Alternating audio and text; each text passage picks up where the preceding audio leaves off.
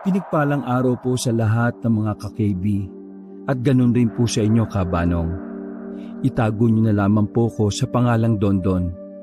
Ibabahagi ko lamang ang karanasan na hanggang ngayon hindi ko pa rin makalimutan. Tubong Bicol po ako.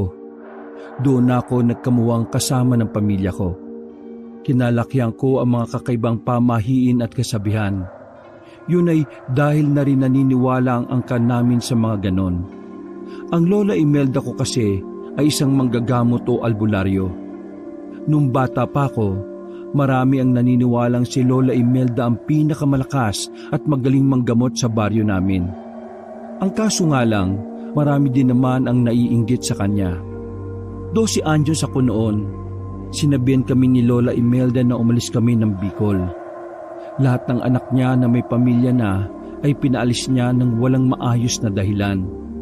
Basta ang pakiramdam lang namin dati ay may nangyayari talagang hindi maganda.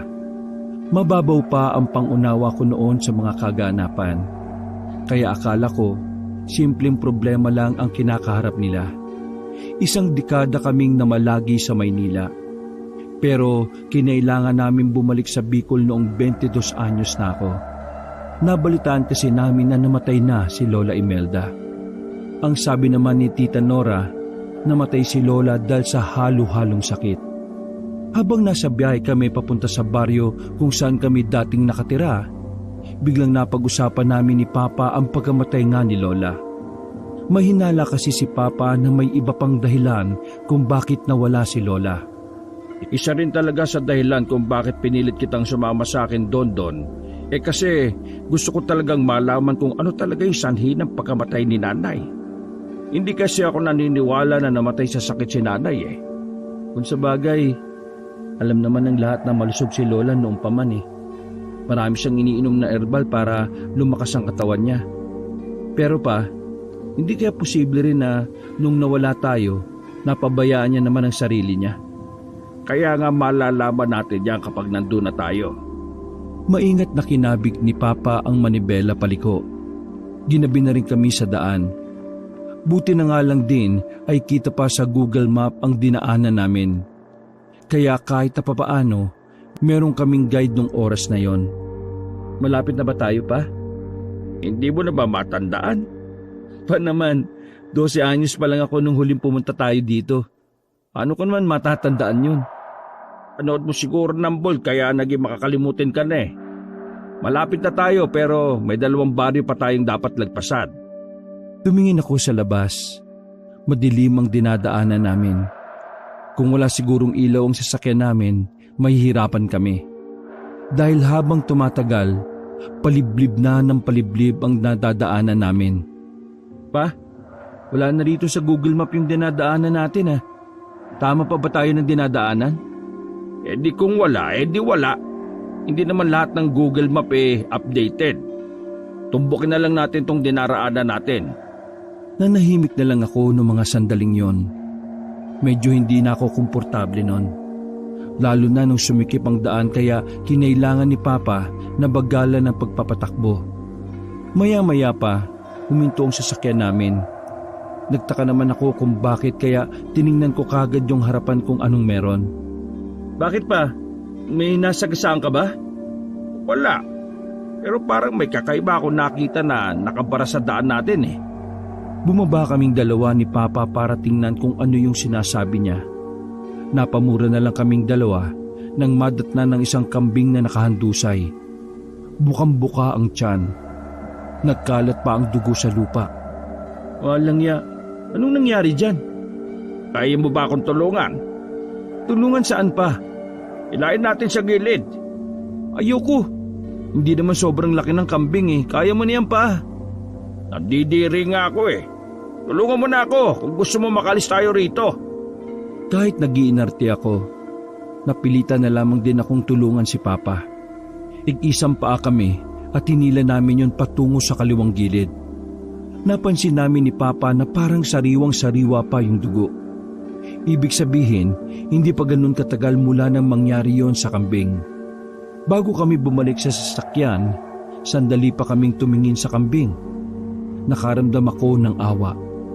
Pero sa mga sandaling yon, wala pa rin kaming ideya kung ano ang nangyayari. Pa, tingin mo, ano kaya nangyari sa kambing na yun? Kawawa naman. Ewan ko, alay ko ba dyan? Ang galing mo talaga sumagot pa.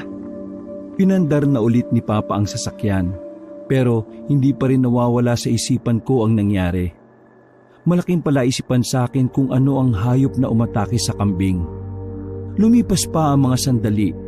Nalagpasan na rin namin ang madilim na lugar na yon. Nakarating na kami sa kalye na kahit papaano may mga poste na rin ng ilaw. Nakahinga ako ng maluwag. Mabigat kasi talaga ang pakiramdam ko sa nadaanan namin.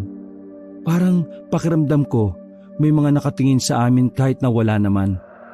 Bago kami magpatuloy ay tumigil kami sa mga tindahan. Nakatingin sa amin yung mga taong nandun nang makitang galing kami sa daan na yon.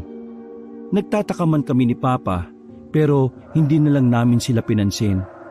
Makikitain na talaga ako. Hindi ko na kaya. Kung hindi ka magbabanyo, hintayin mo na lang ako rito. Nagmamadaling lumapit si Papa sa tindahan.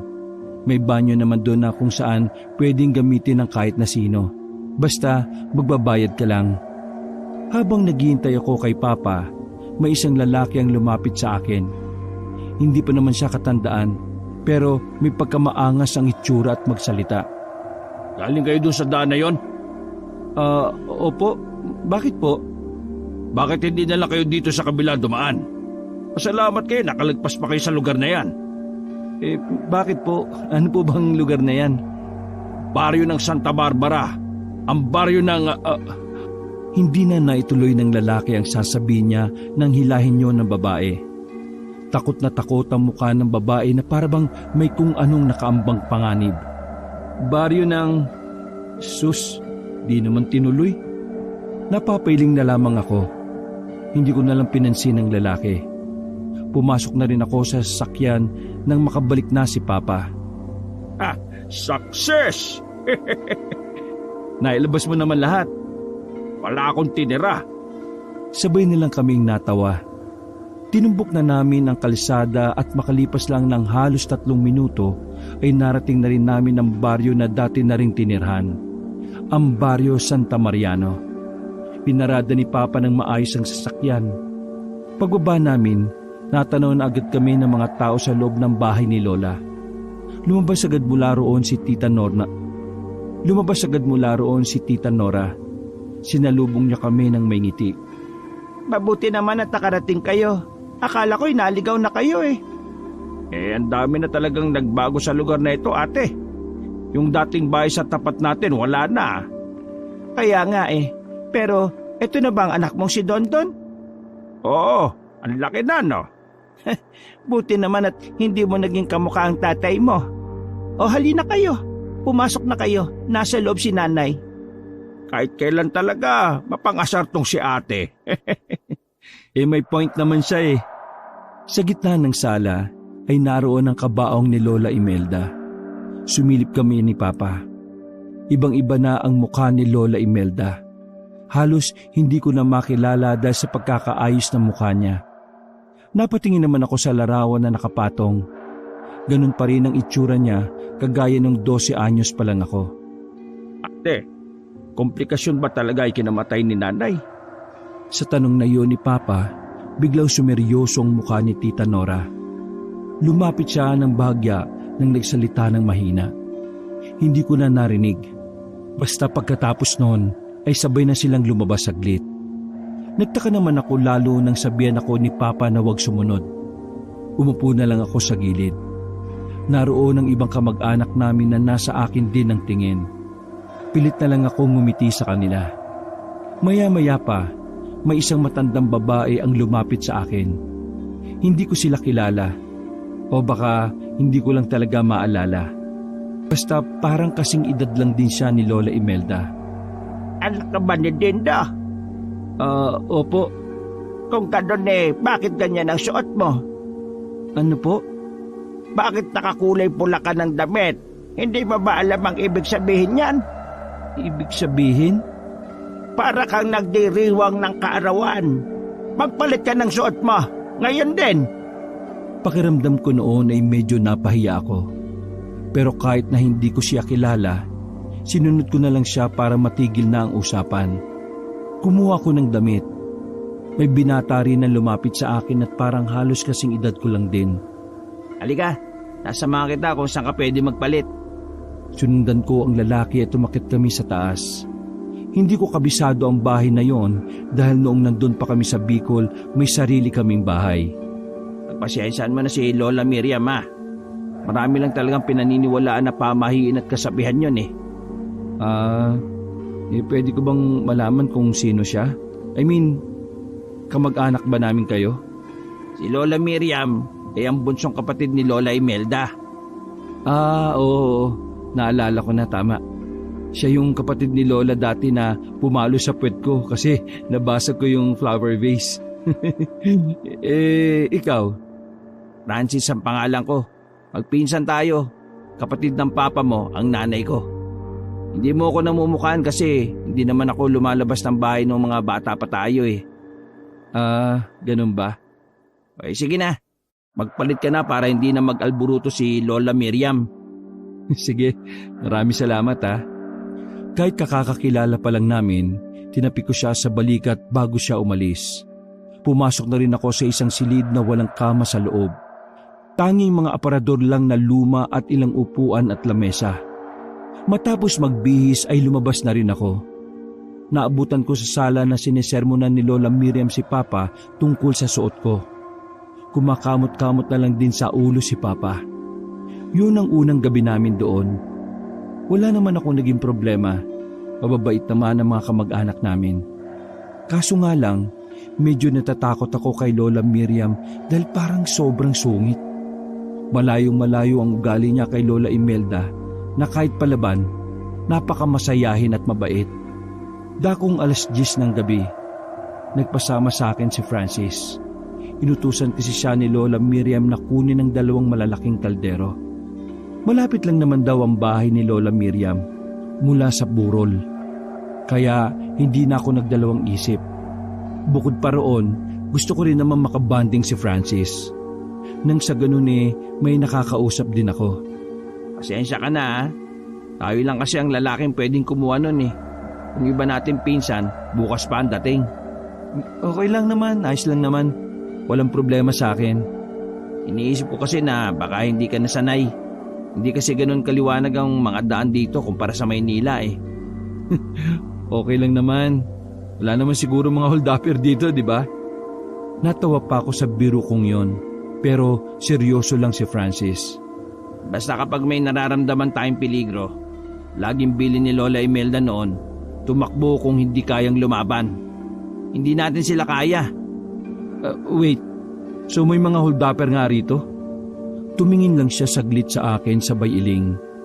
Hindi na siya nagsalita.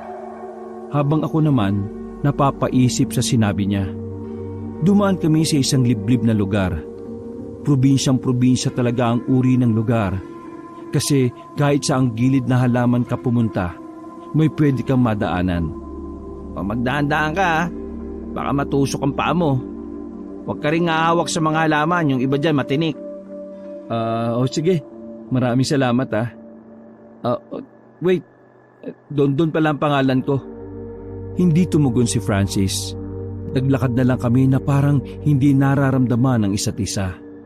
Maya-maya lang, bigla kong hinahawi ni Francis papunta sa puno ng bayabas. Pwersahan niya akong pinayuko. Teka, ano bang Huwag ka maingay. May dinukot si Francis sa daladala niyang bag na maliit. Ilabas niya ang garapo ng maliit na mayonnaise. Hindi ko alam kung anong meron doon. Pero base sa tingin niya sa garapon, parang napakahalaga nun. Halos tumagal yata ng 5 minuto kaming nakatago roon. Nauna na siyang tumayo, kaya gumaya na rin ako. Ano bang nangyari? Hindi ko maintindihan eh. Wala ako sa posisyon para sabihin sa'yo. Hayaan ko na lang si Tito Dindo ang magsabi sa'yo. Basta kapag magkasama tayo, hindi naman kita pababayaan eh. Okay. Sabi mo eh. Narating namin ang bahay ni Lola Miriam. May taong nag-asikaso sa amin doon, kaya agad din naman kaming nakaalis. Halos singalin ako noon dahil sa bilis na maglakad ni Francis. Parang sanay na sanay siyang magbitbit ng mabibigat. habang ako naman ay hirap na hirap. Uy, sandali lang. Natatay ka ba? Bilis mong maglakad eh. Hindi maganda pakiramdam ko sa labas ngayon. Kailangan natin magmadali. Nilakyan ko na lang ang aking hakbang. Kulang na lang ay tumalon-talon ako para lang maabutan ko siya. Nang makabalik na kami sa bahay ni Lola Imelda, hindi na muna kami pinapasok ng mga kamag-anak namin. Lumapit si Lola Miriam sa amin. May hawak siyang maliit na planggana na may lamang maligamgam na tubig. Ilublob mo muna ang kamay mo rito. Sinunod ko kaagad ang utos niya dahil baka magalit na naman. Pinapasok niya rin kami pagkatapos nun. Uy, Francis, para saan naman yung ganun? Para yun hindi tayo masundan ng masasamang elemento na nasa labas. May paniniwala kasi na kapag ang masamang elemento ay nakapasok sa bahay ng taong namatay, hindi na aalis ang elemento na yon sa bahay niya. Ganun pala. Alam kong hindi ka naniniwala sa ganun. Pero sakyan mo na lang. O tara sa kusina. Samahan mo akong maghiwa ng mga pangrekado para bukas. Dalawa kami ni Francis na naghiwa ng mga rekado at mga gulay. Marami ang nahiwa namin dahil baka raw marami ang dumalo sa pangalawang burol ni Lola. Dakong 12:00 na ng hating gabi nang matapos na kami sa ginagawa namin. Nakaramdam na ako ng antok noon. Nagpaalam ako kay Papa na mauna na akong matulog. Hinitid naman ako ni Francis sa silid na tinutulugan namin ni Papa. Malaki ang kwarto. Nahihirapan akong matulog kapag masyadong malawak ang kwarto. Tapos wala namang gaanong gamit. Pero sinubukan ko pa rin. Kakasaklob ko ng kumot, nakaidlip na rin ako. Pero nagising din ako bandang 4:00 na ng madaling araw. Kita ko si Papa na nasa tabi ko na. Agad akong napatingin sa kinaroroonan ng bintana. Hindi ko sigurado kung yun ba yung narinig kong kumakalabog. Lumapit ako sa bintana. Pansin kong may parang mga kinakaskas na kahoy. Yung parang powder ng kahoy kapag naglalagari. Nakita ko rin na parang may kung sinong pilit yung binubuksan. Medyo nakausog na kasi ng bahagya ang bintana paloob. Ang bihira naman si Papa. Di man lang nagising sa ingay. Dahil sa kuryosidad, binuksan ko ang bintana. Tumingin ako sa labas at tanging kadiliman lang ang nakita. Pero nang umihip ang hangin, nakaamoy ako na parang malansa. Hindi naman siya mabaho pero sadyang kakaiba lang talaga ang amoy. Sinarado ko na lang ulit ang bintana. Dahil hindi na ako makatulog sa mga oras na yon, naisipan ko na lang na bumaba. Pagdating ko ng sala, naabutan ko si Francis at iba pa naming pinsan. Naglalaro sila ng baraha. Sandaling tumigil si Francis at nilapitan ako. Oh, bakit gising ka pa? May kailangan ka ba? Oh, wala naman. Nagising lang ako kasi may naririnig akong ingay sa bintana kanina eh. Ano yung ginagawa ninyo? Tong eats. Piso-piso lang. Marunong ka ba? Hindi kasi ako marunong yan eh. Ganun ba? O sige, kumain ka na lang. May nilutong sopas kanina si Lola Miriam sa kusina. Oh, sige. Maraming salamat ah. Agad akong nagtungo sa kusina dahil kumakalam na rin talaga ang sikmura ko. Kukuha na sana ako ng plato pero napansin ko sa labas ng maliit na bintana na parang may taong nakasilip doon. Hindi pa ako nakontento at nilapitan ko talaga. Akala ko nung una ay baka anino lang yon. Pero napaatras ako nang marinig kong parang tumawa siya ng mahina. Sa takot ko ay binalikan ko kagad sina Francis sa sala. Francis, may tao yata ron sa bintana ng kusina. May nakasilip na tao tapos tumatawa. Walang salisalita si Francis. Tumayo agad siya at may kinuha siyang itak sa ilalim ng sofa. Sumunod din sa amin ang iba ko pang mga pinsan. Nagpunta kami doon sa bintana ng kusina pero wala na kaming inabutan.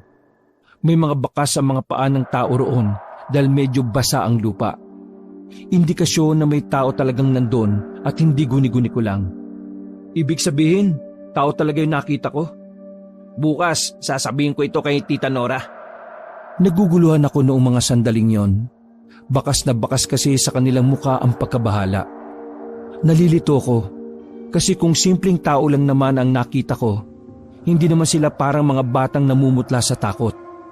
Palagay ko talaga noon ay may hindi talaga sila sinasabi. Bumuntong hininga na lang ako at saka bumalik na rin kami sa sala. Nakisali na lang ako sa kanila kahit hindi ako marunong. Nilibang ko na rin ang sarili ko para makalimot kahit na papaano. Pagsikat ng araw, dumating na si Lola Miriam.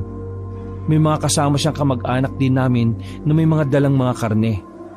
Medyo na-weirduhan lang ako kasi sa Maynila, kape at biskwit ang makikita sa lamesa. Pero sa probinsya, naghahanda sila na parang may okasyon lang. Ang paliwanag sa akin ni Francis, ganoon ang paniniwala ni Tita Miriam, na dapat kapag may patay, masasarap na pagkain ang nakahain para hindi nalulungkot ang kaluluwa. Nakatulog ka na ba na maayos? Nagulat ako nang bigla akong kausapin ni Lola Miriam habang nagkakape ako. Opo, nakatulog naman po ako na maayos. Sige, dahil nagpapahinga na si Francis ngayon, ikaw ang bumili ng maraming uling sa bayan. Sabayan mo na lang rin ng isda, ha? Alam mo ba ang bayan? Opo. Nagkunwari akong alam ko kasi iniisip ko na kapag sinabi kong hindi, baka magalit sa akin si Lola Miriam. Nagpaalam ako kay Papa. Kinuha ko sa kanya ang susi ng sasakyan namin. Mag-isa lang akong babiyahe kaya medyo kabado ako ng bahagya. Nang makalabas na ako sa baryo Santa Mariano, natanaw ko ang sinasabi nilang Santa Barbara na baryo. Naisip ko kasi na mas malapit ang daan kaysa sa sinasabi ng lalaki sa amin na kabilang daan, na hindi ko rin naman alam kung saan patungo. Kaya hindi ko inintindi ang sinabi sa amin ng lalaki. Isa pa, umaga naman nun. Sa isip ko, wala naman sigurong nang-hold up na tirik ang araw sa probinsya. Marahan lang ang pagmamaneho ko. Medyo lulubak-lubak na rin kasi ang parting yon. Sa bukana pa lang ng baryo, may mga nakita na akong tao. Nagkaroon ako ng pagkailang na makita ko silang lahat na lumabas ng bakuran. Tapos nakatingin lahat sa sasakyan ko. Ngayon lang ba sila nakakita ng ganitong sasakyan? Lumang model na ito ah. Nang napagtanto ko na lang na hindi pala sila sa sasakyan interesado, kundi sa kung sino ang nagmamaneho nito. Mas lalong bumagal ang pagpapatakbo ko nang may ilang parang gusto akong harangan. Mga ignorante ba yung mga tao rito? Nakita ko ang mga mata nila na parang nanlilisik. Parang gusto nila akong palabasin. Hoy! Pulis kayo dyan! Nang bumomba ako ng malakas, nagsialisan sila sa gitna. Sinamantala ko na ang pagkakataong yon para mas bilisan ang pagmamaneho. Wala na akong pakialam kung umuga-uga ako sa loob dahil sa mga lubak. Ang mahalaga sa akin ay ang makaalis sa daan na yon. Napalingon pa ako sa likuran. Hinahabol nila ako pero ang babagal nilang tumakbo. Parang silang mga zombie na gutom.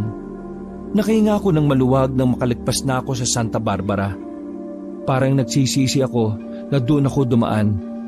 Saka ko lang din napagtanto na talagang may pinupunto ang sinasabi sa amin ng lalaking yon. Ang hindi ko lang alam ay kung anong klase ng mga tao ang nakatira doon. Magulo ang utak ko nang marating ko ang bayan. Mabuti na lang ay marunong ako magtanong-tanong. Kaya kahit na papaano, hindi rin naman ako naligaw-ligaw. Nabili ko ang lahat ng pinabibili ni Lola Miriam. At sa pagbalik ko, hindi na ako dumaan pa sa Santa Barbara.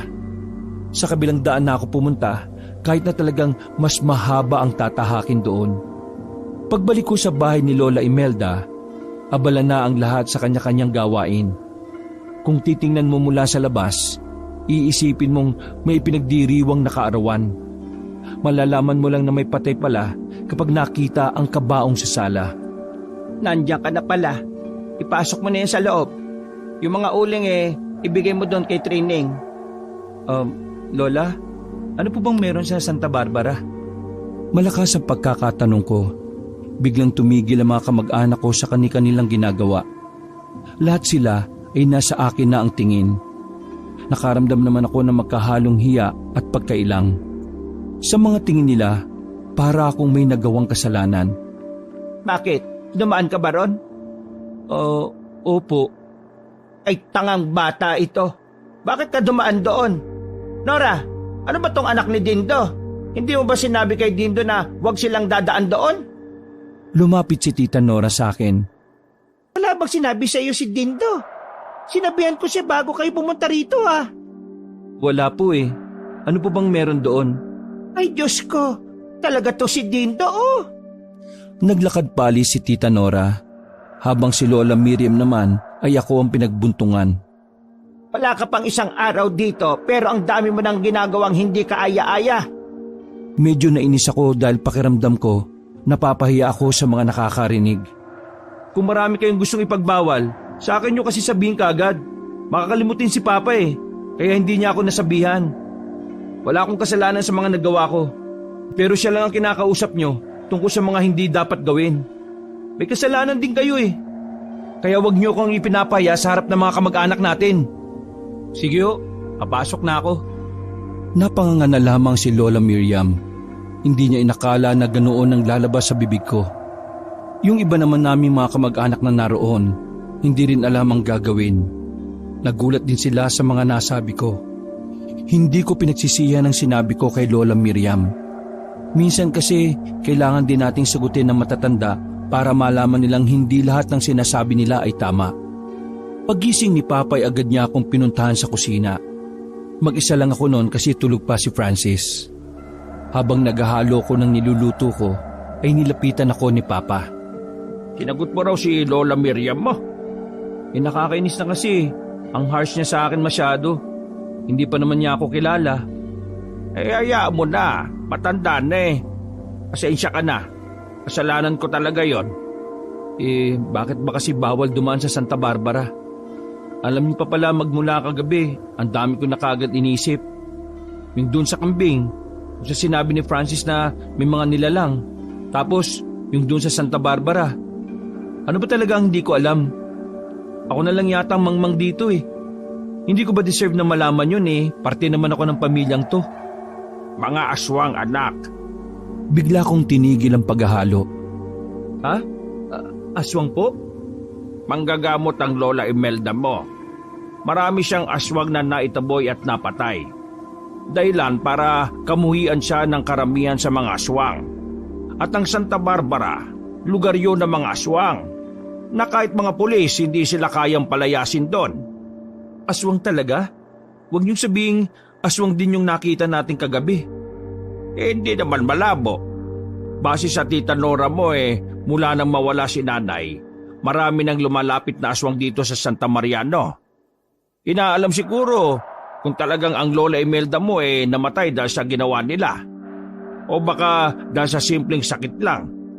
Ano ba talaga kinamatay ni Lola Imelda? Lumapit pa sa akin si Papa at saka pabulong na nagsalita. Nilason siya ng aswang na nagpanggap na pasyente. Nagtayuan agad ang mga balahibo ko nang marinig yon. Hindi ko inaasahan ang katotohanan na sasabihin ni Papa. Nilason? Paano nangyari yun? Maraming paraan ng mga aswang. Hindi ko rin alam kung ano ang mga yon. Ngayon ko nga lang din alam na totoong aswang. Basta, naniwala lang ako kay Ate Nora. Anak, huwag kang maingay sa iba Kasi hindi rin alam ng iba mong pinsan ang tunay na kinamatay ni nanay.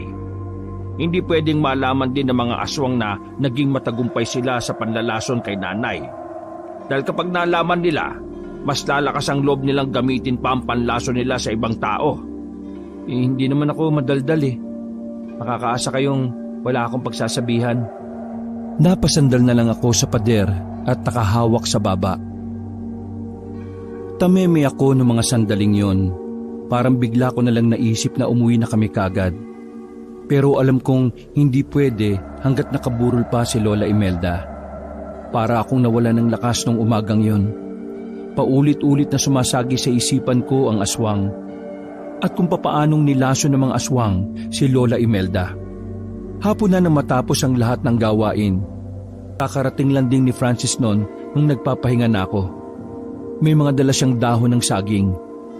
Ang weird talaga ng burol ni Lola Imelda. Magbo-boodle fight pa talaga. Nakatulog ka ba na maayos? Sakto lang. Alam ko na. Ang alin? Ang tungkol sa mga aswang. Bigla niya akong tinabihan sa sofa. Sinabi ba sa'yo ni Tito Dindo? Oo. Buti naman alam mo na. Para kapag aalis ka, alam mo na dapat ka rin mag-ingat. Kailan pa nagkaroon ng mga aswang dito? Ilang araw bago kayo palisin dito sa Bicol. Natuklasan ni Lola at ng mga kapwa niya manggagamot na may mga aswang na napunta rito. Tinakop na mga aswang ang dating Santa Monela na ngayon ay Santa Barbara na.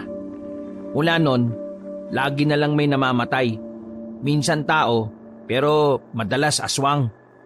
Takot ang mga aswang noon kina Lola. Kasi talagang kahit si Lola, kayang-kaya silang patayin eh. Pero ngayong wala na si Lola, kakaunti na lang ang mga manunugis at manggagamot. Kinakabahan kaming lahat na baka saka sila manggulo. Nako, nakakatakot pala dito. Ano kaya kung sa Maynila na lang din ako tumira? Total may mga property din naman si Lola dun eh. Naisip na yan nila Tita Nora. Pero hindi kasi pwedeng umalis dahil may kailangan pa silang mahanap eh. Mahanap? Mahanap na ano? Yun ang hindi ko rin alam. Narinig ko lang sa usapan ni Lola Miriam at ni Tita Nora. Tanong mo sa papa mo, baka alam niya. Naging abala kami sa araw na yon dahil maraming dumating na nakikiramay. Kabilang na roon ang ilang kasamahan daw ni Lola Imelda sa panggagamot. Nakita ko na kinakausap ni Tita Nora at Papa ang mga manggagamot. May mga binigay silang hindi ko malaman kung ano. Basta nakalagay yun sa supot. Pagdating ng 4:00 ng hapon, tinawag kaming dalawa ni Francis. Tumulong kami sa pagsasabit ng mga medyas na may laman ng pangontra daw ng aswang. Base pa kay Tita Nora, sa pamamagitan daw nun ay hindi makakalapit ang aswang sa bahay. Pero e-epekto lang daw yon sa loob ng 5 araw. Sakto pagkatapos ng libing ni Lola Imelda. Legit ba na gumagana ito?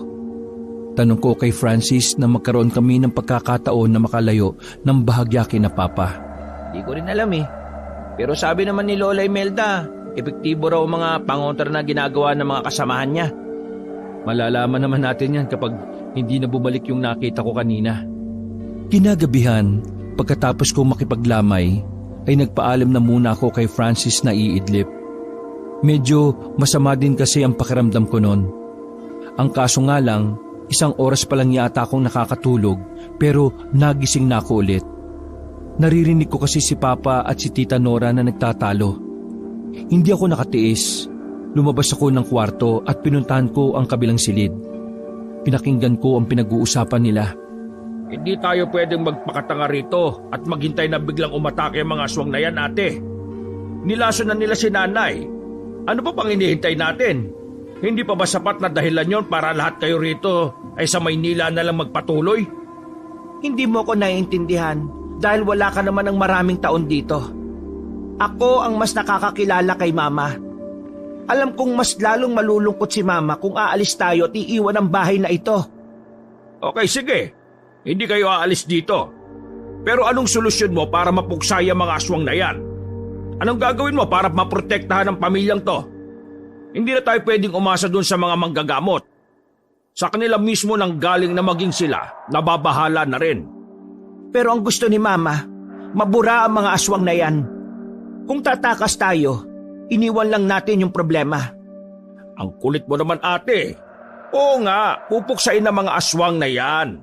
Pero papaano nga, marunong ba kayong pumatay ng aswang? Hindi. O iyan ang problema.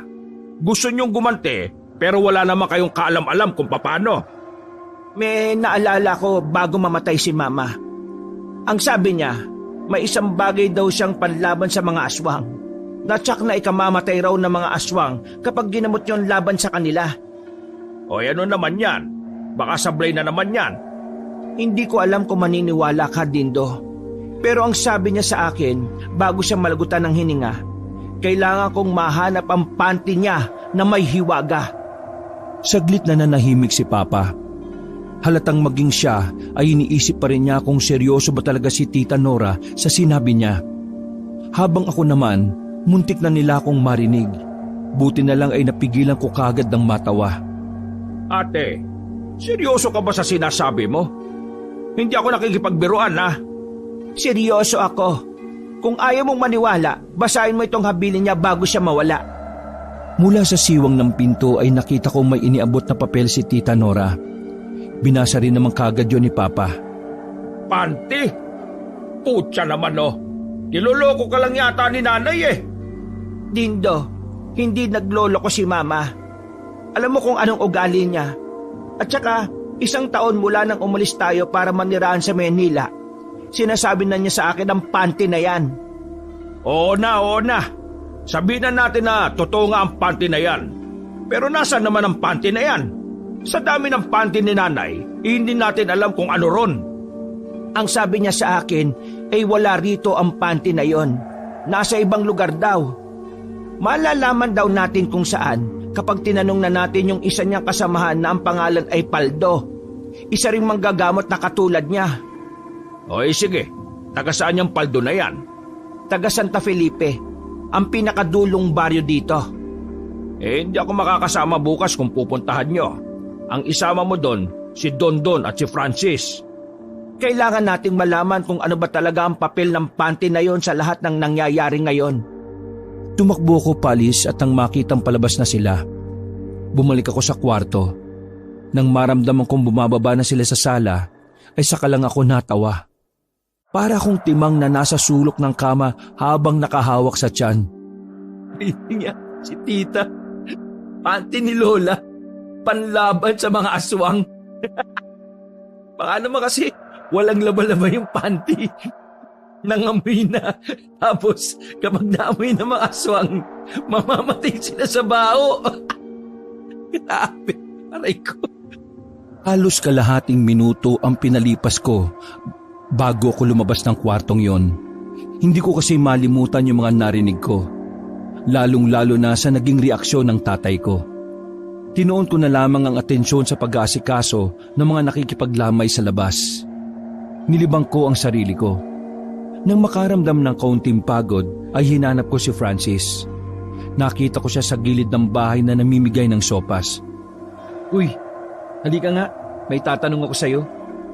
Lumapit siya sa akin. Magsasalita na sana siya pero pareho kaming napatingin sa isa naming kamag-anak na kakarating lang. Mukha siyang natataranta nang pumasok siya sa loob. Nagmamadali naman kami ni Francis na pumunta rin doon. Ayon sa kamag-anak namin na yon, inatake raw ang isa rin naming kamag-anak na tricycle driver. Kritikal ang lagay dahil maraming tinamong sugat. Hindi ko alam kung anong klaseng aswang ang umataking yon. Pero base sa paglalarawan ng kamag-anak namin, mabangis daw at parabang gutom na gutom. Dahil sa nangyari, lahat ng mga tito sa pamilya namin ay nagsipaganda. Kanya-kanya silang kuha ng mga itak at kung ano-ano pang armas. Parang handa na sila sa posibilidad na pag-atake ng mga aswang na yon. Rinig mo naman yung sinabi kanina ni Ruben, di ba? Kaya ikaw, dito ka na muna sa bahay, walang lalabas. Paano yung lakad namin nila tita bukas? Nasabi na ba sa'yo ni ate? Hindi pa. Bakit mo alam? Alin yung tungkol sa panty ni Lola? Malamang narinig ko. Ang lakas kaya ng mga boses ninyo. O nga ba ron kay ate, kung totoo yun? Pero sige, puntahan niyo bukas yung sinasabi niyang si Paldo. Magdala na lang kayo ng patalim ha. Mahirap na, baka mamaya kayo pang atakihin sa daan. Umaatake rin ba yung mga yan kapag maliwanag at tirik ang araw? Hindi ko alam, pero mas maganda ng handa kayo. Pag may nangyaring masama sa iyo, nako, malilintikan ako sa mama mo Hindi naging payapa ang gabing yon para sa lahat. Sa halip na makapagpahinga na ang iba, napuyat din sila para bantayan ang kanika nilang pamilya. Samantala, nakita ko naman si Lolo Miriam na may daladalang isang sako. Base sa pagkakabitbit niya ay mukhang mabigat yon. Kaya naman lumapit agad kami ni Francis para tulungan siya. Mga istak ang laban yan. Ibigay niyo sa lahat ng kamag-anak natin dito. Para kung sakaling pumunta rito ang mga salot ngayong gabi, aba, magtatatagain din niyo. Sana kami na lang sana ang kumuha nito. Nagbitbit pa ho kayo tapos dumaan pa kayo sa madilim. Kaya ko naman yan.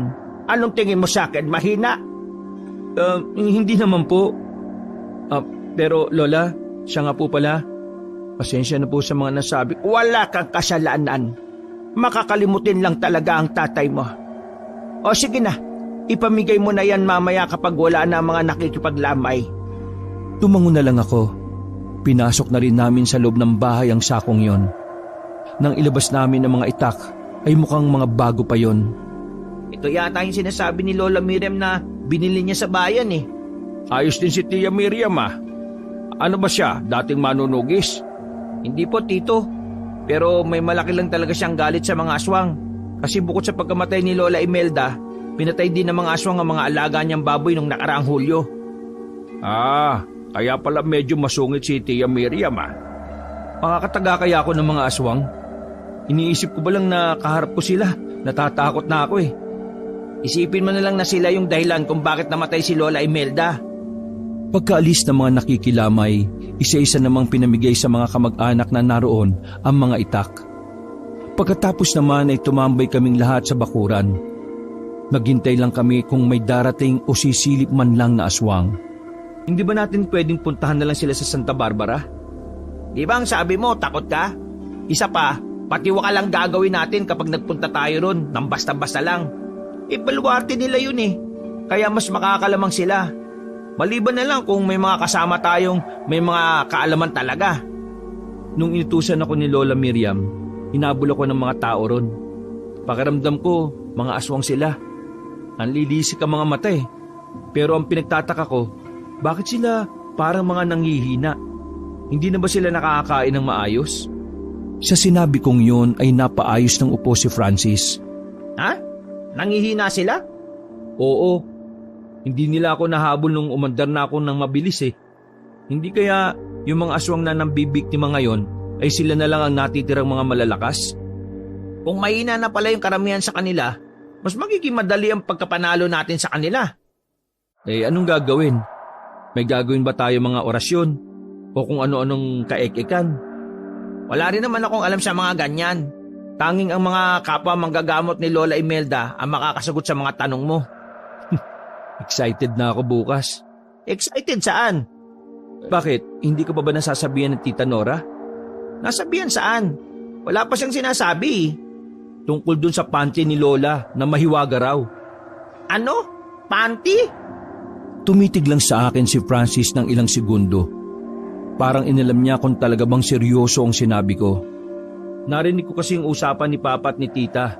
Yung panty daw ni Lola ang matinding panlaban sa mga aswang. Hindi pa ako tapos magsalita nang biglang tumawa ng malakas si Francis. Nakalimutan na niyang nasa burol kami ni Lola. Maging ako ay nagulat din sa naging reaksyon niya. Ang buong akala ko kasi ay seryoso lang talaga siya palagi. Uy, manahimik ka nga. Baka bumangon si Lola dyan. Sampaling ka. Auntie, sure ka ba? Ay naku, bahala ka nga sa buhay mo kung ayaw mong maniwala. Basta bukas aalis tayo. Sasabihan ka ni Tita Nora.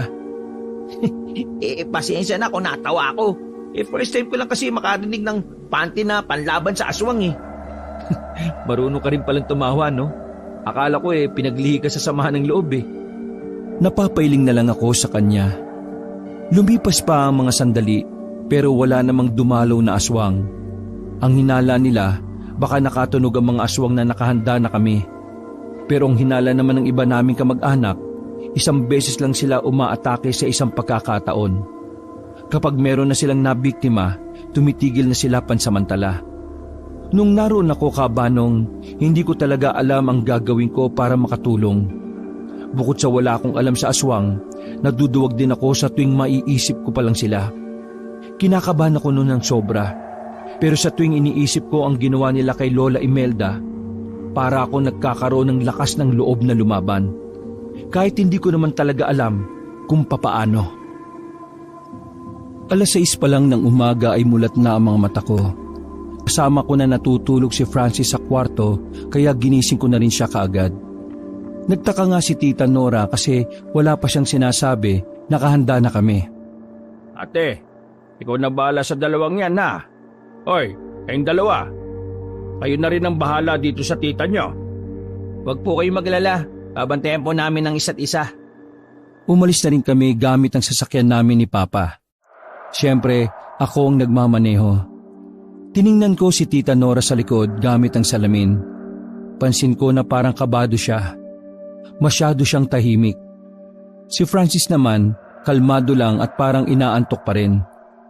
Bumuntong hininga na lang ako at palihim na nagdasal na sana ay walang mangyaring masama sa pag-alis namin. Lumipas ang mga sandali. Halos 1 oras na kaming nasa biyahe. Bukod sa malayo talaga ang baryo ng Santa Felipe, malubak din ang mga daan. Kaya wala akong choice kundi ang bagalan ang pagpapatakbo. Tita Nora, malapit na po ba tayo? O tama ba yung dinadaanan natin? Tama naman ang dinadaanan natin. Kaunti na lang at malapit na rin naman tayo. Palihim akong nadismaya. Buong akala ko kasi minuto na lang ang bibilangin namin. Hindi ko naman inakala na karamihan pala sa mga kalye doon ay hindi maayos. Tita Nora, alam niyo po ba kung anong uri ng mga aswang ang nasa Santa Barbara? Nakita ko ang nababahalang mukha ni Tita Nora. Bago siya sumagot, sa puntong yon ramdam ko ang hirap niya. Naisip ko nga kung gaano kabigat sa kanya yung mga araw na kasama niya si Lola Imelda. Tapos pinoproblema pa nila ang mga aswang. Base kay Mama, halo-halong aswang ang naroon. Pero ang malalakas ay yung mga lalaking aswang. Sila ang mga nambibiktima at may lakas ng loob na lumabas sa kanilang baryo. Mga wala silang sinasanto. Kapag gutom sila, kakainin ka nila ng walang pagdadalawang isip. Sa totoo lang, natatakot ako eh. Pero kung hindi siguro kami umuwi ng Maynila noon, hindi siguro ako maduduwag eh. Kung hindi kayo nagtungo sa Maynila, baka kayo ang unang napahamak. Inaatake ng mga aswang noon ang mga kamag-anak nating may pamilya. Bumuntong hininga si Tita Nora. Doon na natuldukan ng usapan na yon. Hindi na lang din kami nagsalita ni Francis dahil pansin naming nagiging emosyonal na si Tita Nora. Hindi nagtagal, nakapasok na kami ng baryo Santa Felipe. Kumpara sa ibang baryo, mas marami ang mga kabahayan doon. Pero matataas din ang mga puno sa paligid. Nagtanong-tanong kami sa mga taong nadadaanan namin. Sa kakatanong namin ay napunta kami sa gilid ng ilog na kung saan may isang bukod tanging bahay ang nakatirik doon. Ang daming bahay doon. Dito niya pa napiling tumira. Paano kapag tumaas ang tubig? Gusto kasi ng mga albularyo o manggagamot na medyo dumidistansya sa mga tao eh. Ganyan din si Lola Imelda noon, sabi ni Mama. Pero mula na mag-apo siya, naging malapit siya sa mga tao. Umayos na kayong dalawa. Mainitin ang ulo ni Ma'am Paldo. Kaya kaunting galaw niyo lang ng hindi maayos, pwede na siyang mairita. Naglakad na kami palapit sa bahay na naroon. Nakailang ulit pa kaming tumawag sa loob. Nang si Tita na ang sumigaw, ay sumilip sa pintuan ng isang matandang lalaki na maraming tattoo sa katawan. Parang kasing edad niya lang si Lola Miriam. Puti na rin ang buhok niya at marami at medyo may kahabaan na rin ang bigote at balbas. Magandang umaga po, Ma'am Paldo. Ako po si Nora. Nakita na po tayo dati. Anak po ako ni Imelda. Naalala niyo po ba ako? Tumingin ng maigi si Ma'am Paldo kay Tita. Ikaw nga, ang anak ni Imelda na lagi niya kasama sa tuwing mapupunta rito. O ano kailangan mo at bakit ka naririto? Si nanay po kasi, wala na. Napanganga ang matanda. Baka sa kanyang muka ang labis na pagkagulat. Pinapasok na muna kami sa loob ng kanyang bahay. Pinakilala kami saglit ni Tita Nora. At saka na ipinaliwanag ni Tita Nora kung ano ang nangyari sa lola namin. Walang iya talaga mga aswang na yan. Alam nila na malaking banta sa kanila si Imelda dahil sa galing niyang gumawa ng mga gamot. Magaling din si Imelda humawak ng itak. Kaya ayon, siya ang inuna ng mga salot. Kaya nga ho nandito kami. Kailangan po namin ng tulong ninyo. Ano bang magagawa ko para sa inyo? Tungkol po sa panty ni nanay. Pagsabing yun ni Tita Nora ay bigla kaming natawa ni Francis. Pinigilan naman namin pero napatingin na silang dalawa. Masama ang tingin ni Ma'am Paldo. Para bang kung may sapat lang siyang lakas, ibabalibag niya kami. Pamangkin mo talaga ang dalawang siraulo na ito. Pasensya na po sa reaksyon nila. Ano ba? Sinabi ko magtinho kayo. Naaalibadbaran ako sa dalawang ito.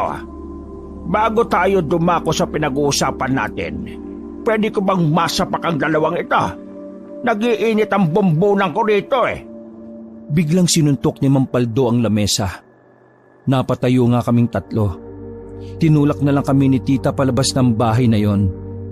Huwag kayong papakita sa akin. Babasagin ko yung mga mukha ninyo. Pasensya na po talaga. Pumwesto kami ni Francis sa tapat ng bintana. Doon na lamang kami nakinig.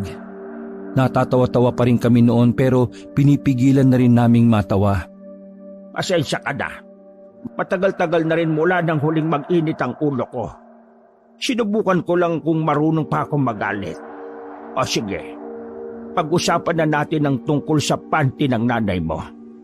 Nabanggit sa akin noon ni Mama ang tungkol sa panty na yon. Ang sabi niya, yun daw ang makakapuksa sa mga aswang. Pero hindi ko naman alam kung papaano yung gagamitin. Sandaling hindi nagsalita si Mampaldo. Habang palihim kaming nakikinig ni Francis ay pabulong ko siyang tinanong. Ikaw Francis, ano sa tingin mo ang paraan para magamit ang panty ni Lola? Baka kailangan suotin kahit na walang laba-laba. Hindi. Baka pipigaan sa tubig tapos ipapainom ang katas sa mga aswang. Tinakpan ko na lang ang bibig ko at saka ibinalik ang atensyon kina Tita at Mampaldo. Ang panty na yon ay hindi basta-basta panty lang. May kakaibang basbas ang panty na yon. Naalala ko kung papaano naging espesyal ang bagay na yon. Galing kami sa isang sapa sa Pangasinan noon. Ang sabi, mahiwaga ang sapa na yon. Naligo kami ng mama mo sa sapa. Suot niya ang panty niyang yon nung oras na yon. Pero maya-maya lang naramdaman niya na biglang uminit. Bigla ring nagliwanag. Maging ang iba naming kasama, nagtaka rin. Sa lahat kasi ng may panloob, sa kanya lang ang umiilaw. Pagkatapos ng ligo namin na yon, kinabukasan muli akong kinausap ng mama mo. Sabi niya, sinabi raw ng diwata sa panaginip niya na mahiwaga ang panty niya. Panlaban daw yon sa mga aswang. Pero iepekto lang daw yon kapag wala na siya sa mundo. At mawawalang epekto noon kapag nabasa na ulit ng tubig ang panty. Magmula noon hindi na nga nilabhan ng mama mo ang panty. Itinago niya yon sa isang kuweba malapit sa baryo na ito. Pwede niyo bang sabihin sa amin kung nasaan ang kuweba? Sige, sasamahan ko kayo. Kapag nakuha na natin ang panty niya, saka ko sasabihin sa inyo ang paraan kung papaano yung gagamitin laban sa mga aswang. Maraming salamat po, Mang Paldo. Ang kaso nga lang, gabi lang tayo pwedeng pumunta sa kuweba. Yung lugar kasi na madadaanan natin parang may taong siraulo. Ayaw nila na may dayo. Pinapatay nila. Kaya para hindi tayo kagad makita, mamayang gabi tayo aalis. Nagkatinginan kaming dalawa ni Francis. Pareho kaming hindi gusto ang ideya na yon. Mahaba-haba pa kasi ang oras. Umaga pa lang noon at kung maghihintay kami, malamang sa malamang ay mababagot lang kami. Matapos ang pag-uusap nilang dalawa, ay lumabas na rin si Tita Nora at Mampaldo. Natataranta kaming tumakbo sa upuan at umayos ng upo. Nagpanggap lang kami na walang narinig. Mamayang gabi pa natin pupuntahan ang kinaroroonan ng panty ni Mama. Kaya gagabihin din tayo sa pag-uwi. Kung ayaw niyong sumama, pwede na kayong umuwi. Nagtanguan kami ni Francis. Nagkasundo kami na sasamahan pa rin namin si Tita. Hindi po, dito lang kami, kasama nyo. Mahirap na, baka mamaya may asong na umatake sa inyo. Katulad ng pangako namin kay Tito Dindo, babantayan ka po namin, Tita. Aba, ayos naman pala ang dalawang siraulo na ito Halika kayo, may ipapagawa ko sa inyo. Ano po yun? Nakikita niyo ang kahoy na yon? Itambak niyo yan sa likuran ng bahay ko. Pero, aangal ka. Ay, hindi naman po. Uy, Francis, samahan mo ko ha. Ikaw, samahan mo to. Titingin-tingin ka dyan, anong akala mo, ligtas ka? Tita Nora lang po ako sumusunod Abay, siraulo pala to Ay Dora, utusan mo nga. Sige na Francis, samahan mo na si Dondon. Iiling-iling na lamang na naglakad kaming dalawa papunta sa mga nakatambak na kahoy.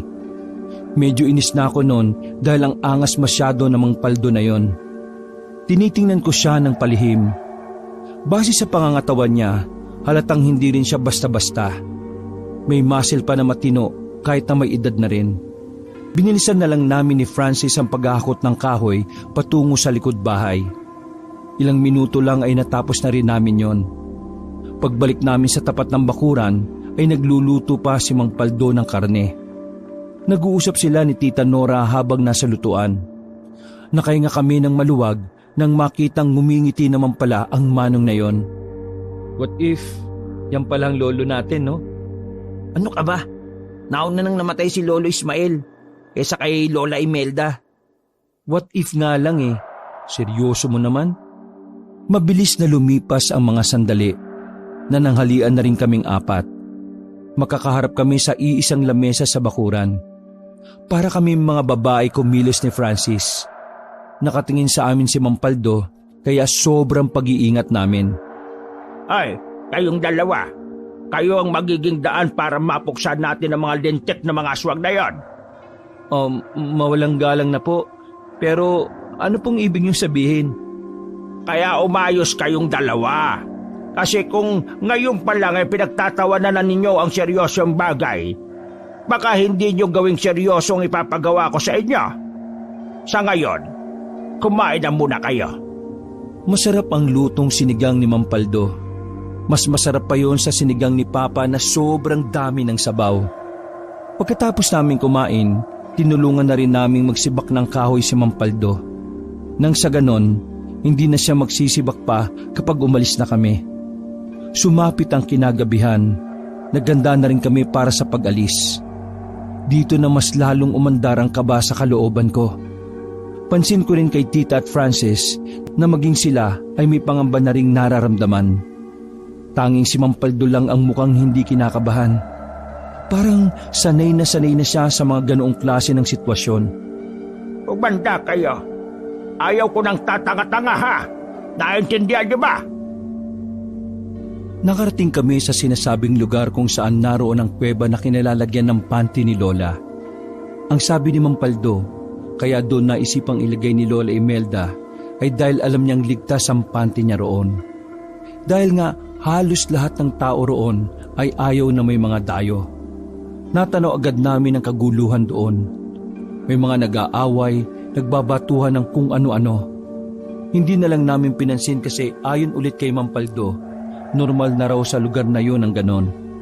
Para hindi kami makita at makaiwas kami sa posibleng gulo na kasangkutan namin, dumaan kami sa pinakagilid ng kalye, na kung saan madilim at sa likuran na mismo ng halamanan. Magdahan-dahan kayo. Sabog sa pinagbabawal na gamot ang karamihan dito, kaya malalakas ang pandinig ng mga yan. Nang marating na namin ang mga nagkakagulo, umusbong na rin ang kaba sa dibdib ko. Muntikan pa kaming tamaan ng lumilipad na bote. Wala kaming ibang iniintindi kundi ang pakay namin. Nag-focus lang kami hanggang sa malagpasan na namin ang maraming tao na nagkakagulo. Lumiko na kami sa liblib na lugar. Papunta na yon sa sinasabi sa amin. Makalipas lang ng halos 3 minuto, narating na rin namin yon. Binuksan agad ni Mang Paldo ang daladala niyang lampara. Agad kaming pumasok sa loob ng kuweba. Hindi nagtagal, tumigil na rin kami sa tapat ng mataas na pader. Tumingala kami at doon namin nakita ang nakasabit na panty ni Lola. Halos magkulay itim na yon. Kahit ang sabi ni Tita Nora ay kulay puti naman. Sobrang dami na siguro ng libag noong hinubad yun ni Lola. Ito na ang panty ni Imelda. Ang mahiwagang panty na walang laba-laba. Nakakatawa man ang sinabi niya, pero nagawa na rin naming magseryoso. Kumuha kami ni Francis ng kawayan sa labas at sinungkit namin ang panty ni Lola. Paghawak ko pa lang, amoy na amoy ko na parang maghahatid sa akin yun sa impyerno. Tinis ko na lang ang amoy at saka binigay ko na rin kay Mang Paldo. Inamoy din yun ni Mang Paldo sabay sabing, ang mabahong nakaraan. Wala kaming sinayang na pagkakataon. Nagmadali na kaming makabalik sa bahay ni Mang Paldo. Pagdating namin, Nagpakulo siya kagad ng tubig. Tapos kami naman ay inutusan niyang kumuha ng dahon ng kaimito, bayabas, sampalok at mangga. Hinalo ni Mang Paldo mga dahong yon sa pinakulong tubig. Pagkatapos, may kinuha rin siyang dugo raw ng mga hayop na nakalagay naman sa bote. Hinalo-halo niya yon habang namumuti pa ang mga mata niya. Maya-maya pa, nang maging maligamgam na nga ang tubig, nilagay naman niya ang bawang na dinurog.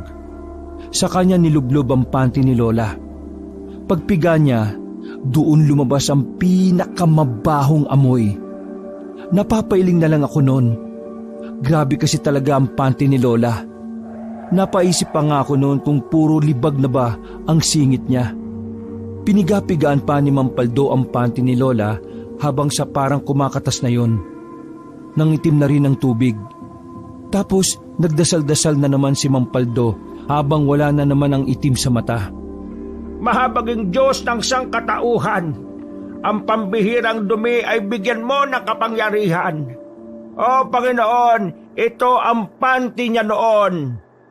Imelda ang pangalan, diwata sa sapa siya'y naibigan. Kaya aking hiling, kami iyong tulungan. Katas ng panty sana'y magdulot ng kapayapaan. Parang nakaramdam na matinding pagod si Mang Paldo matapos niyang sabihin ng mga yon. Napatukod ang dalawa niyang kamay sa lamesa. Hingal na hingal siyang nagsalita.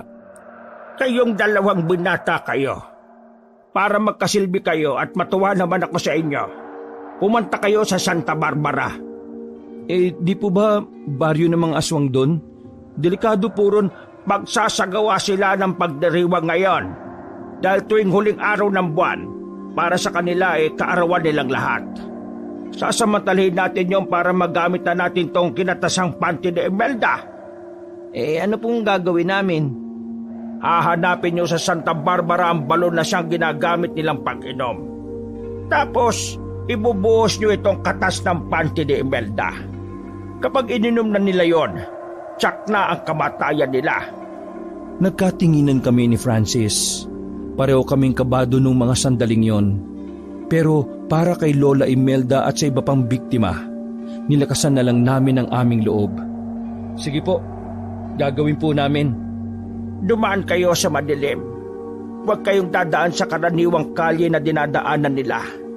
Madali nila kayong makikita sa ganon. Kahit na anong mangyari, wala kayong ibang gagawin kundi ang maibuhos ito sa balon nila. Tumakas na kayo kagad pagkatapos, ha? Mag-iingat kayo. Huwag kalimutang tumawag sa Panginoon sa oras ng kagipitan. Opo, mag-iingat po kami. At makakaasa kayong magiging matagumpay ang gagawin naming to. Sige na, lumakad na kayo. Sa mga ganitong oras ay nagsisimula na sila. Nagkatanguan kami ni Francis. Kabado man ay buo pa rin ang aming loob. Umalis na rin kami ni Francis. Isinabay na namin si Tita since nakasasakyan naman kami. Binaba na lang namin siya sa tapat ng bahay ni Lola Imelda. Bumiyahe rin kami agad pagkatapos noon. At nang matanaw na namin ang bukana ng Santa Barbara, pinarada ko na muna ang sasakyan sa gilid ng kalsada. Kinuha na namin ang mga itak na nasa likuran. Sinukbit na namin yon sa tagiliran namin. Binitbit na rin namin ang 1 galon ng kinatasang panty ni Lola. Kagaya ng paalala sa amin ni Mang Paldo, humanap kami ng mas ligtas na daan. Sumuot kami sa halamanan hanggang sa di na namin namalayan na nasa gubat na pala kami. Oh, gubat na to Francis ah. Alam mo pa ba pabalik? Hindi na tayo babalik. Diretsuin na lang natin to. Sa Santa Barbara pa rin naman ang tagos nito eh. Saan naman kaya natin nahanapin yung balon na yon? Malakas ang kutob ko na nasa dulong banda na naman yon ng baryo nila. Ay nako, kainis. Lagi na lang nasa dulo. Binilisan na lang namin ang paglalakad. Nang subukan naming sumilip sa baryo ng mga taga roon, nakita namin ang mga tao sa labas. Ang iba ay nakatayo lang, ang iba naman ay naglalakad. Pero kagaya ng nakita ko nung una, parang hinang-hina sila. Wala na siguro silang kinakain, kaya magandang pagkakataon yun para sa atin. Lalo pat mukhang tubig na lang talagang sumasalba sa karamihan sa kanila. Pero Huwag tayong kampante ha. May iba pa ring aswang na malalakas. Mga aswang na hanggang ngayon nakakakain pa rin ng karne. Maingat kaming nagpatuloy sa paglalakad, pero napatigil kami nang may makasalubong kaming isang lalaki. Matangkad siya, pero payat. Hindi man siya nagsasalita pero alam na naming isa rin siyang aswang. Mga ilang sandali lang, gigewang-gewang siyang lumapit sa amin. Dahil mahina siya at walang gaanong kontrol, hindi niya agad kami nahawakan. Binunot na namin ang itak namin. Sa pagkakataong yon, nakaramdam na siya ng takot sa amin. Hindi siya agad nakatayo nang makita niyang may hawak na kaming itak. Hoy, aswang ka, di ba? Sige, subukan mong gumawa ng masama, tatagain ka namin. Nang tatangkain sana ng aswang na aalis siya, biglang umamba si Francis ng taga. Parang batang maiyak-iyak naman ang aswang na yon. Hindi kita papatayin kung ituturo mo sa amin ang kilalalagyan ng balon ninyong mga aswang. Biglang sumenyas ang aswang. Mabuti na lang at nakakaintindi si Francis ng sign language. Hindi siya nakakapagsalita, pero ang sabi niya, pagdating daw natin sa dulong bahagi ng Santa Barbara, kumanan tayo. Malapit daw sa ilog ang balon. Pambihira, nakita mo pa yung sign language niya, ang dilim-dilim. May ex-girlfriend ako noon na kagaya ng kalagayan niya, kaya kabisado ko na yung mga ganyan. Aalis na sana kami pero bigla kaming nilundagan ng aswang. Akmang kakagatin na niya si Francis nang sipain ko siya. Naalis ko siya sa ibabaw ni Francis. Galit na galit si Francis. Walang pag-aalinlangan niyang nilusob ang aswang na yon at tinaga niya. Tagas kagad ang dugo ng aswang. Ayoko sa lahat yung traitor Mukhang may pinag-uugutan ka. Halika na! Wala na kaming sinayang na pagkakataon, Kabanong. Binilisan na namin ang paglalakad. Nagsasalitan na lang kami ng pagbitbit ng galon. Nung mga sandaling yon, nasa parte na kami ng lugar na kung saan mas maraming aswang ang nasa labas ng kanilang bahay. Ang iba sa kanila ay umaangil. Mga umaatungal at parang nagmamakaawang makakain. Ang problema pa namin, pwede kami makita ng mga yon kung lalabas kami. Wala naman kaming ibang pagpipilian kundi lumabas sa pinagtataguan namin. Yun lang ang paraan para makarating na kami sa dulo. Alam ko na, mag-zombie-zombian tayo. Gayahin natin kilos nila habang naglalakad tayo. May dala-dala tayong galon? May dala tayong itak? Seryoso ka ba? Ano naman, hindi naman sila mag-iisip na tao tayo. Isa pa, may talsik tayo ng dugo ng aswang. Maamoy nila tayong aswang. Hindi ba? Tama ako? Kapag tayo napaamak, kasalanan mo Basta gayahin mo na lang ang lakad ko. Nauna na akong naglakad. Ginaya ko mga zombie na napapanood ko na lang sa mga pelikula. Naging epektibo naman yon kahit na mukhang naghihinala sila sa amin. Nang malagpasan na rin namin sila, ay saka lang kami nakahinga ng maluwag.